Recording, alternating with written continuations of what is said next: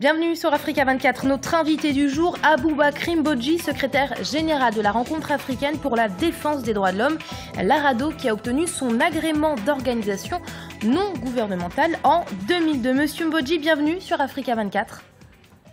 Bonjour, madame. Merci d'avoir accepté notre invitation. Alors, monsieur Mbodji, l'ARADO a été fondée en 1990. Aujourd'hui, c'est une ONG. À quel besoin répond cette organisation? De quel constat êtes-vous parti pour créer l'ARADO? Je vous remercie. L'ARADO, effectivement, a tenu son assemblée générale constitutive le 21 avril 1990 à Dakar. Elle a été créée par un groupe d'intellectuels et dont la plupart sont des universitaires enseignants à l'université Cheikh Anta Diop de Dakar, des chercheurs, mais également d'autres personnalités qui ont quitté leur pays pour des raisons de persécution, donc des réfugiés africains qui vivaient au Sénégal, parce que le Sénégal était à l'époque aussi un pays d'accueil de toutes les personnes qui avaient eu à subir vraiment de poursuites. Je peux citer par exemple le cas de Ibrahim Ali, qui a écrit la toile d'araignée, qui est originaire du Mali, qui est professeur de mathématiques, qui a été membre fondateur. Je peux donner également le cas de Cheikh Tidiane Gadio, ancien secrétaire général ancien ministre des Affaires étrangères du Sénégal, qui était membre fondateur, Alioune Tine, que j'ai remplacé, et d'autres également africains venant de la Guinée, du Burkina Faso, de la République centrafricaine. Et au moment où on créait l'ARADO, on était déjà 12 nationalités africaines. Alors monsieur... Et le contexte qui a également présidé à la naissance de l'ARADO, c'était par rapport à une réaction contre la discrimination à l'égard des Mauritaniens noirs, qui étaient à l'époque, si vous voulez, sous le régime de Mohamed Ould Taya, persécutés pour des raisons liées à leur couleur de la peau.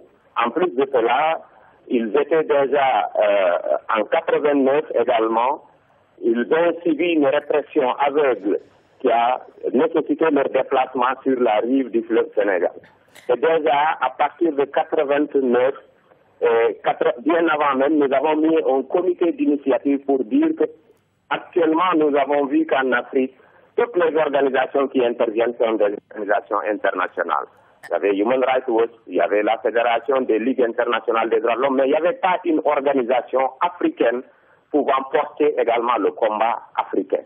Alors monsieur... C'est la raison pour laquelle nous avons décidé, on a dit, trop c'est trop, il faut mettre en place une organisation des droits de l'homme. Et le mot rencontre est extrêmement important, c'est la rencontre des intellectuels universitaires africains, des journalistes, des chercheurs qui ont créé une organisation à vocation panafricaine et qui est membre à la Commission africaine des droits de l'homme, membre observateur depuis 1991, ayant également un statut aujourd'hui consultatif spécial au niveau des Nations Unies. Voilà un peu de façon ramassée le contexte dans lequel l'ARADO Monsieur Mbodji, vous m'entendez? Pour objectif la promotion et la protection des droits humains en Afrique et à travers le monde. Voilà notre mission.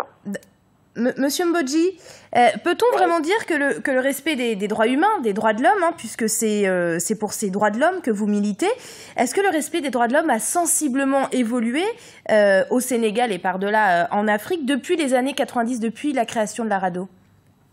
Oui, il y a eu beaucoup d'avancées significatives dans l'évolution des droits humains. Ne serait-ce qu'aujourd'hui, le travail que ces organisations ont abattu, les efforts qu'elles ont consentis ont permis aujourd'hui aux citoyens d'avoir une meilleure conscience de leurs droits et de leurs obligations. Je prends uniquement le Sénégal.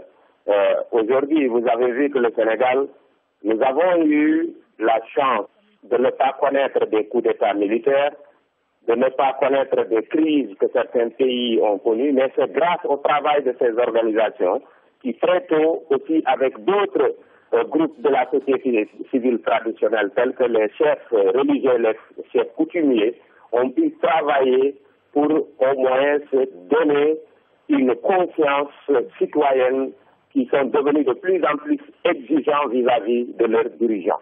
Et cela a permis également d'élargir la palette même à certains groupes qui étaient les plus vulnérables, les femmes, les enfants, les réfugiés, les déplacés, les détenus.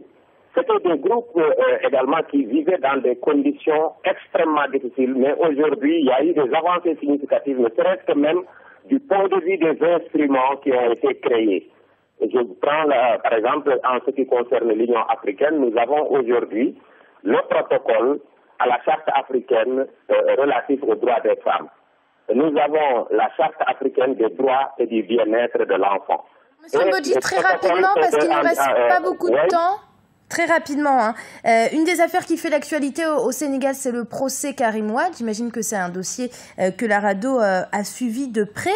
Karim Wade, fils de l'ancien président Abdoulaye Wade, qui est accusé, nous vous le rappelons, d'enrichissement illicite. Ses avocats clament son innocence et dénoncent même des violations des droits de l'homme.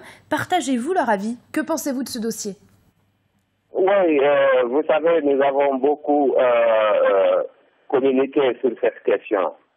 Nous considérons que d'abord la Cour contre l'enrichissement illicite, la CREI, ou pour la répression de l'enrichissement illicite, pose problème du point de vue des procédures. D'abord, c'est une juridiction spéciale avec des procédures spéciales et qui viole un certain nombre de principes consacrés par la Constitution nationale. Et vous savez que la Constitution est au-dessus de toutes les chartes. Ensuite viennent les traités et ensuite vient même la loi portant création de cette Cour-là. C'est une loi interne et nous avons vu qu'on a renversé même l'ordre, par exemple, des choses.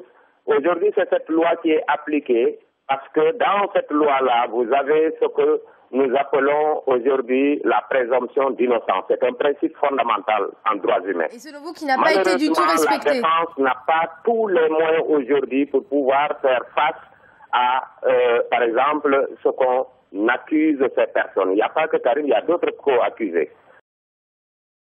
Monsieur Mbodji, merci beaucoup. Merci à vous d'avoir répondu à nos questions. Je rappelle que vous êtes secrétaire général de la rencontre africaine pour la défense des droits de l'homme, la RADDHO, qui a obtenu son agrément d'ONG en 2002. Quant à vous, merci de nous rester fidèles. L'info continue sur Africa 24.